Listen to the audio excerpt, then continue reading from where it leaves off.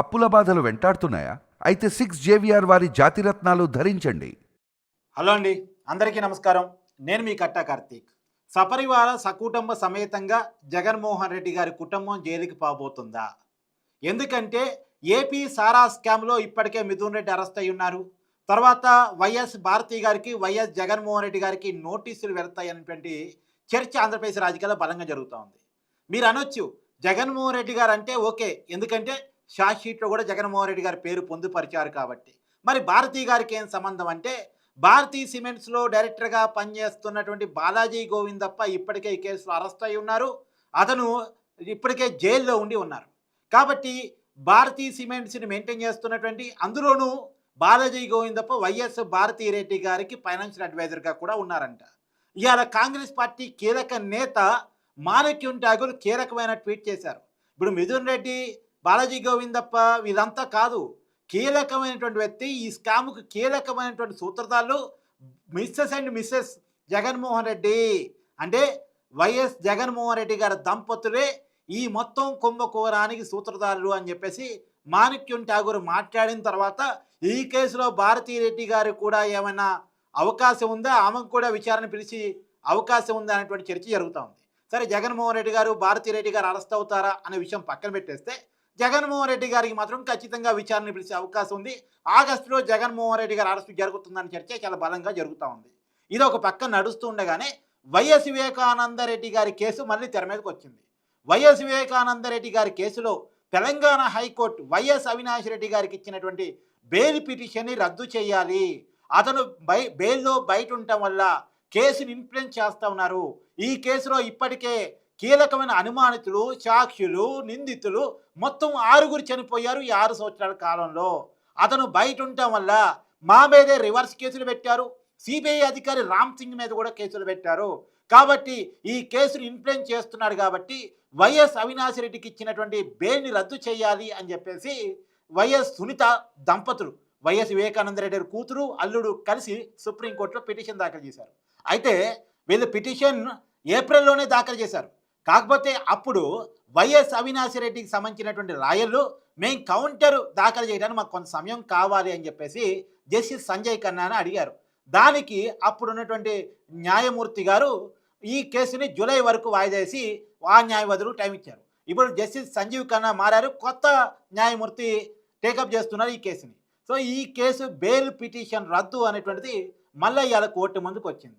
అయితే గతానికంటే భిన్నంగా, అవును అవినాష్ రెడ్డి బెయిల్ క్యాన్సిల్ చేయండి, అవినాష్ రెడ్డి బయట ఉండటం వల్ల కేసుని ఇన్ఫ్లుయెన్స్ చేస్తున్నాడు, వైఎస్ సునీత మీద ఒక ఫేక్ కేసు పెట్టించాడు, అతనుకున్న బలగాన్ని వాడి ఏకంగా రామ్ సింగ్ మీద కూడా ఫేక్ కేసు పెట్టించాడు, కాబట్టి ఈ కేసుని ఇన్ఫ్లుయెన్స్ చేసే ప్రయత్నం చేస్తున్నాడు, కాబట్టి వైఎస్ అవినాష్ రెడ్డికి ఉన్న బెయిల్ క్యాన్సిల్ చేయనని ఆంధ్రప్రదేశ్ ప్రభుత్వం కూడా వైఎస్ సునీత గారిని వాదని సమర్థిస్తూ అఫిడవిట్ దాఖలు చేసింది. సరే, కేవలం ఆంధ్రప్రదేశ్ ప్రభుత్వం మాత్రమే సమర్థిస్తుందంటే కాదు, ఇప్పుడు సిబిఐ కూడా సమర్థిస్తుంది. అంటే గతానికంటే భిన్నంగా వైఎస్ అవినాష్ రెడ్డి గారు బెయిల్ క్యాన్సిల్ చేయాలని ఒకే సునీత గారు అడుగుతుంటే, అవును క్యాన్సిల్ చేయాలని చెప్పేసి ఆంధ్రప్రదేశ్ ప్రభుత్వము, సిబిఐ చెప్తా ఉన్నాయి. కానీ సిబిఐ ఎంత గట్టిగా చెప్తుంది అన్నది కూడా కీలకం. సిబిఐ గట్టిగా చెప్పకపోతే, సిబిఐ గట్టిగా వాదన వినిపించకపోతే ఈ మళ్ళీ అవినాష్ రెడ్డి గారు బెయిల్ క్యాన్సిల్ అయ్యే అవకాశం ఉండదు. మరి కేసు ఖచ్చితంగా ఇన్ఫ్లుయెన్స్ కాబడుతుందని చెప్పేసి సిబిఐ కోర్టు ముందు గట్టిగా వాదన వినిపిస్తే ఖచ్చితంగా వైఎస్ అవినాష్ రెడ్డి గారు బెయిల్ క్యాన్సిల్ అయ్యే అవకాశం ఉంటుంది. ఖచ్చితంగా ఇప్పటికే భారతి గారు జైలుకి వెళ్తారా, విచారణకు వస్తారా అనేది పక్కన పెట్టేస్తే, జగన్మోహన్ రెడ్డి గారు విచారణకు హాజరవుతారు, అరెస్ట్ అవుతారు అనేది మాత్రం కొంత కన్ఫామ్గా మద్యం కేసులో కనపడతా ఉన్నటువంటి సమయంలో, సారా కేసులో కనపడుతున్నటువంటి సమయంలో, ఇప్పుడు వైఎస్ అవినాష్ రెడ్డి గారు బెయిల్ కూడా క్యాన్సిల్ అయితే ఏంటి పరిస్థితి వైసీపీది? ఇది కడప జిల్లా వైసీపీ నాయకుల్లో జరుగుతున్న ప్రధాన చర్చ. ఎందుకంటే వైఎస్ అవినాష్ రెడ్డి కడప ఎంపీగా ఉన్నారు. రెండోది, రాయలసీమలో చాలా కీలకమైన నాయకుడు. ఇప్పటికే రాయలసీమలో చాలా కీలకమైన నాయకుడు అయినటువంటి ఎంపీ మిథున్ రెడ్డి, రాజంపేట ఎంపీగా పనిచేస్తున్న వ్యక్తి ఇప్పటికే జైలు పాలై రాజమండ్రి సెంట్రల్ జైల్లో గడుపుతూ ఉన్నారు. ఇప్పుడు వైఎస్ అవినాష్ రెడ్డి కూడా జైలు పాలైతే పార్టీ పరిస్థితి ఏంది? నిజానికి వైసీపీ పార్టీకి 4 ఎంపీ పోస్టులు ఉన్నాయి. 9 ఎంపీలు గెలిచారు మొన్న ఎన్నికల్లో. ఆ 9గురిలో ఒకతను జైల్లో ఉన్నారు, మిగతా 3 పార్లమెంట్లో ఉన్నారు. ఆ పార్టీకి ఉన్నటువంటి గొంతులే ప్రధానంగా మిథున్ రెడ్డి, అవినాష్ రెడ్డి. ఆ ఇద్దరు గొంతుల్లో ఒక గొంతు జైల్లో ఉంది, ఇంకో గొంతు పార్లమెంట్లో ఉంది. ఇప్పుడు ఆ అవినాష్ రెడ్డి కూడా వివేకానంద రెడ్డి గారి హత్య కేసులో మళ్ళీ జైలుకి పోతే ఏంటి పరిస్థితి అనేటువంటి చర్చ ప్రధానంగా నడుస్తూ ఉంది. రెండోది, నిజంగా వైఎస్ వివేకానందరెడ్డి గారి కేసులో కనుక సిబిఐ కొంత దూకుడుగా వ్యవహరిస్తే ఇప్పుడు దాకా వచ్చిన విమర్శలేంది? సిబిఐ కేసును మూసేసింది, పక్కన పెట్టేసింది, ఈ కేసును ముందుకు తీసుకెళ్ళట్లేదు. ఎక్కడో ఒక చోట కేంద్రం పెద్దలకి వైసీపీకి మధ్య లోపాయకార ఒప్పందం జరిగింది, అందుకే సిబిఐ కేసును పక్కన పెట్టిందని చర్చ జరుగుతూ ఉంది. ఒకవేళ నిజంగానే భావిస్తున్నట్టు సిబిఐ కనుక ఈ కేసులో దూకుడిగా ముందుకెళ్తే, విచారణ ముగిస్తే నిందితుడిని నేరస్తుడిగా కనుక తేల్చగలిగితే ఖచ్చితంగా అది పార్టీకి, వైసీపీకి చాలా పెద్ద డ్యామేజ్ అయ్యే అవకాశం ఉంటుంది. రెండోది, అవినాష్ రెడ్డి గారి పొలిటికల్ కెరీర్ కూడా చాలా ఇబ్బందిగా మారే అవకాశం ఉంటుంది. కాకపోతే సిబిఐ దూకుడిగా వెళ్ళిద్దా అన్నాక నాకు కూడా చాలా అనుమానాలు ఉన్నాయి. ఇప్పటికి 6 సంవత్సరాలు అవుతుంది ఈ కేసులో. 6 సంవత్సరాలకు గుర్తుగా 6గురు మరణం కనపడతా ఉంది. సంవత్సరాలు గడిచిన కొద్ది సాక్ష్యాలు కనుమరుగైపోతూ ఉన్నాయి. సాక్ష్యాలు లేకుండా పోయే అవకాశం ఉంటుంది. ఎక్కడైనా ఒక కేసు బాగా లాంగ్ అయిందంటే ఆ కేసులో ఉన్నటువంటి సాక్ష్యాలన్నీ నిర్వీర్యమైపోయే అవకాశం ఉంటుంది, సాక్ష్యాలన్నీ తారుమారయ్యే అవకాశం ఉంటుంది.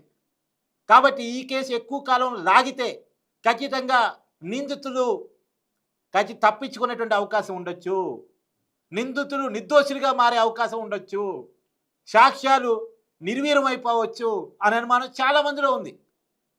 కాబట్టి మరి ఈ కేసును సిబిఐ ఎందుకు స్పీడ్గా చేయట్లేదు? దాని వెనకాల ఉన్న రాజకీయ కారణాలు ఏంటి? అది ఎందుకు వివేకానంద రెడ్డి గారు హత్య కేసును పక్కన పెట్టారు? ఆయన చిన్న వ్యక్తి కాదు, ఒక మాజీ మంత్రి ఉమ్మడి రాష్ట్రంలోనే, ఒక మాజీ ఎంపీ, ఒక సీఎంకి సోదరుడిగా ఉన్నటువంటి వ్యక్తి. అలాంటి వ్యక్తి హత్య కేసులోనే ఇంత నిర్లక్ష్యం ఎందుకుంది అంటే, గత 5 సంవత్సరాలు జగన్మోహన్ రెడ్డి గారి ప్రభుత్వంలో ఆ కేసు నిర్వీర్యం అయిపోయిందా? ఇప్పుడు కూటమి ప్రభుత్వం ఏమీ చేయలేని పరిస్థితిలో ఉంది ఆ కేసుని అన్నటువంటి అనుమానం చాలా మందిలో ఉంది. కాబట్టి ఈ కేసును తేల్చాల్సిన బాధ్యత, వైఎస్ సునీత గారు చేస్తున్నటువంటి న్యాయ పోరాటాన్ని గెలిపించాల్సిన బాధ్యత ప్రభుత్వం మీద కూడా ఉండుంటుంది. ఆమె ప్రజాక్షేత్రంలో గెలిచాను కానీ న్యాయ పోరాటంలో ఇంకా గెలవాల్సి ఉంది అని సునీత గారు చెప్తున్నటువంటి సమయంలో మరి న్యాయస్థానంలో, న్యాయ పోరాటంలో సునీత గారు గెలుస్తారా? వైఎస్ అవినాష్ రెడ్డి గారు మళ్ళా జైలుకి వెళ్తారా? వైఎస్ అవినాష్ రెడ్డి గారికి జైలు జీవితం తప్పదా? కానీ ఏది ఏమైనా ఒక విషయాన్ని మాత్రం మనం అభినందించి తీరాలి. ఒక మహిళ అయ్యండి, అందులోనూ జగన్మోహన్ రెడ్డి గారు ముఖ్యమంత్రిగా ఉన్నప్పుడే ఆ కేసును సిబిఐకి ట్రాన్స్ఫర్ అయ్యారని న్యాయ పోరాటం చేసుకొని మొండిగా, గట్టిగా ప్రభుత్వ అధినేతలుగా జగన్మోహన్ రెడ్డి గారు ఉన్నప్పుడు కూడా ఎలాంటి బెదిరింపులకి తలగకుండా తన తండ్రిని చంపిన వాళ్ళు ఎవరో తేలాలి, తన తండ్రికి న్యాయం జరగాలి, మా కుటుంబానికి న్యాయం జరగాలని చెప్పేసి ఒక పెద్ద ఎత్తున చేస్తుంది న్యాయ పోరాటం వైఎస్ సునీత. కాబట్టి ఇప్పుడు వైఎస్ సునీతకి వైఎస్ షర్మిల, జగన్మోహన్ రెడ్డి గారి సొంత చెల్లెలు కూడా మద్దతు చెప్తున్నటువంటి సమయం. ఇప్పుడు ఈ ఆడబిడ్డలకి న్యాయం జరిగే అవకాశం ఉందా లేదా అనేటువంటిది మాత్రం ఖచ్చితంగా ఆంధ్రప్రదేశ్ రాజకీయాల్లో చర్చ కావాల్సినటువంటి అవసరం ఉంది. వైఎస్ అవినాష్ రెడ్డి ఖచ్చితంగా మరి కేసులో నిందితురా లేకపోతే నిర్దోష అనేటువంటి తేలాల్సినటువంటి అవసరం కూడా చట్టపరంగా ఉంది. సిబిఐ కేసును వేగంగా విచారించాల్సిన అవసరం ఖచ్చితంగా ఉంది అనేటువంటి వాదన చాలా బలంగా ఉంది.